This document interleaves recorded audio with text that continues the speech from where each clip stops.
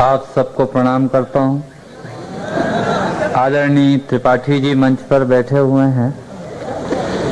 भगवान महाकालेश्वर की सौगंध खाकर इस मंच से, इस माइक के माध्यम से एक बात आपसे कहना चाहता हूँ कि मुझे मालूम है च्यवनप्राश खाना अच्छी बात है, पर भरी गर्मी में अपने मकान की छत पर दोपहर में 12:30 बजे च्यवनप्राश खाना बुरी बात है।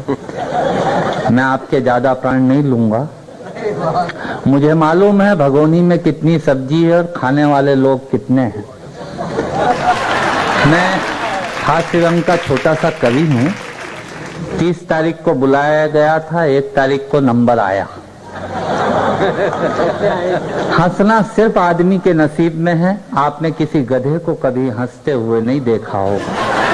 यदि देख लें तो ये समझ लें ये आदमी होने की तैयारी में है, और किसी आदमी को गुमसुम उदास बैठा देख लें तो समझ लें ये वो होने की तैयारी में है। माया की कविता कभी बड़ी नहीं हो सकती, कविता की माया सबसे बड़ी होती है। मैं राजनीति पे कोई कविता नहीं करता। 2 कौड़ी की राजनीति पे 2 करोड़ की कविता बर्बाद करने का कोई मतलब भी नहीं। मैं पाकिस्तान पे कोई कविता नहीं करता। मैं ज्ञान की कोई कविता नहीं करता। ज्ञान की स्थिति त्रिपाठी जी इतनी खराब है कि आजकल सवेरे 18 चैनल खोलो तो 19 बाबा प्रवचन देते हुए मिलते हैं, और उसी समय हम दातून करके थूकते हैं। क्या कॉम्बिनेशन है ज्ञान का। मैं ज्ञान की कोई कविता नहीं करता साहब। मैं राजनीति को गाली इसलिए नहीं बकता कि समाज की फैक्ट्री खराब है, इसलिए राजनीति का प्रोडक्शन खराब आ रहा है। हमारे खुद के लक्षण ठीक नहीं है। 55 साल पहले मेरे दादाजी लोटा लेके जंगल जाते थे।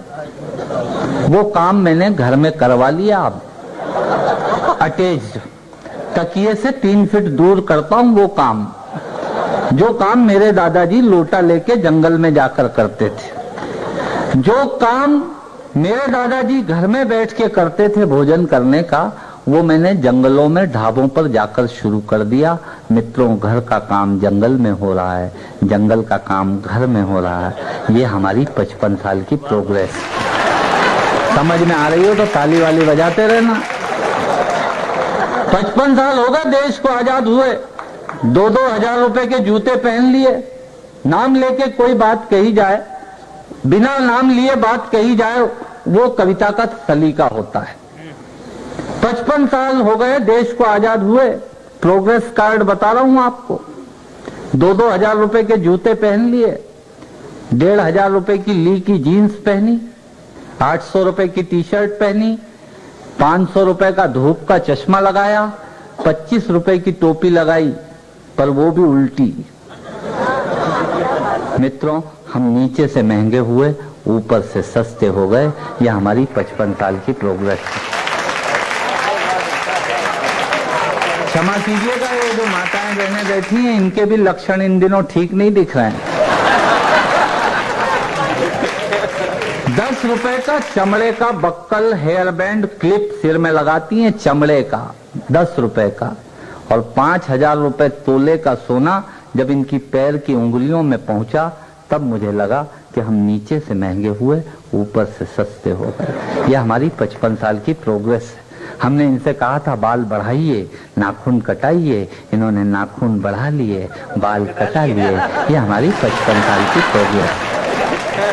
तब कहना चाहता हूँ, कुत्ते को घुमाना याद रहा और गाय की रोटी भूल गए।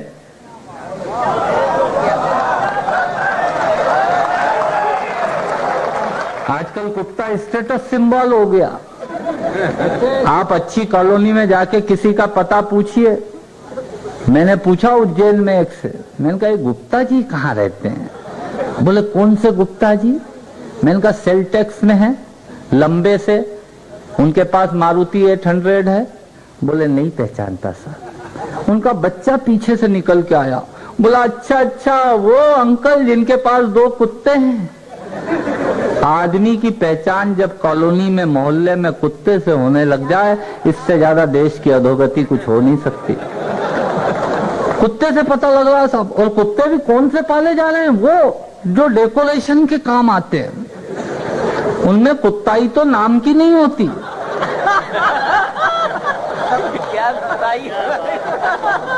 उससे ज्यादा कुत्ताई तो उसके मालिक में होती है। वो कुत्ता पाले जा रहा है।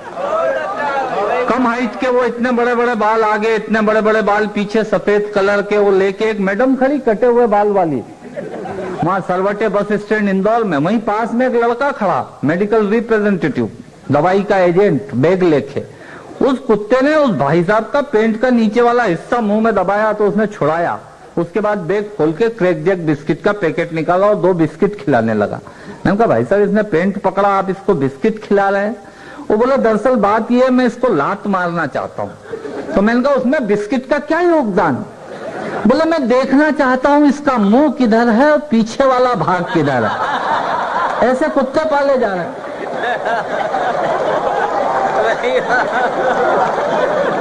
आपके यहाँ लखनऊ में भी आपने देखा होगा, पॉस्ट लोकेलिटी में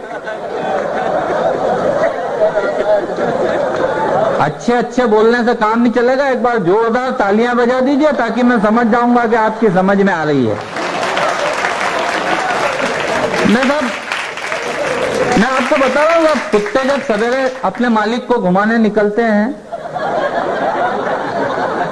हाँ कुत्ता आगे चलता है, मालिक उसके पीछे पीछे, वो जिधर जाता है वो उधर जाता है। ये आदमी के को खाने को रोटी नहीं मिल रही उस देश में जब कुत्ते डबल रोटी और मक्खन खाते हैं, तब कहना चाहता है एक व्यंगकार। सुनिएगा, बात की तह तक पहुंचे तो तालियां बजाकर मुझे भी आशीर्वाद का हक है मुझे लेने का। सुनिएगा, कुत्ते को घुमाना याद रहा और गाय की रोटी भूल गए, पार्लर का रास्ता याद रहा और लंबी चोटी भूल गए, फ्रिज कूलर याद रहा, पानी का मटका भूल गए, रिमोट तो हमको याद रहा, बिजली का खटका भूल गए, बिस्लेरी पानी याद रहा और प्याऊ का पानी भूल गए। अरे टीवी सीरियल याद रहा पर घर की कहानी भूल गए। टीवी सीरियल याद रहा पर घर की कहानी भूल गए। भूकंप में हजारों मरे गुजरात में, कोई नहीं रोया। होली के कपड़े पहुंचा के हम दानवीर कर्ण हो गए। अहमदाबाद में 12 किलोमीटर लंबी ट्रकों की लाइन लगी, कपड़े पहुंचाए, रोया कोई नहीं। पर तुलसी का पति मिहिर मर गया तो पूरा देश परेशान हो गया। टीवी सीरियल याद रहे पर घर की कहानी भूल गए। हेलो हाय तो याद रही पर नम्र प्रणाम भूल गए। आजकल लोग प्रणाम ऐसे करते हैं जैसे घुटने छू के एहसान कर रहे हो। हेलो हाय तो याद रही पर नम्र प्रणाम भूल गए। हिल स्टेशन याद रहे पर चारों धाम को भूल गए। अंकल आंटी याद रहे पर चाचा मामा भूल गए। अंकल आंटी याद रहे पर चाचा मामा भूल गए। बरमूडा तो याद रहा पर फुल पजामा भूल गए।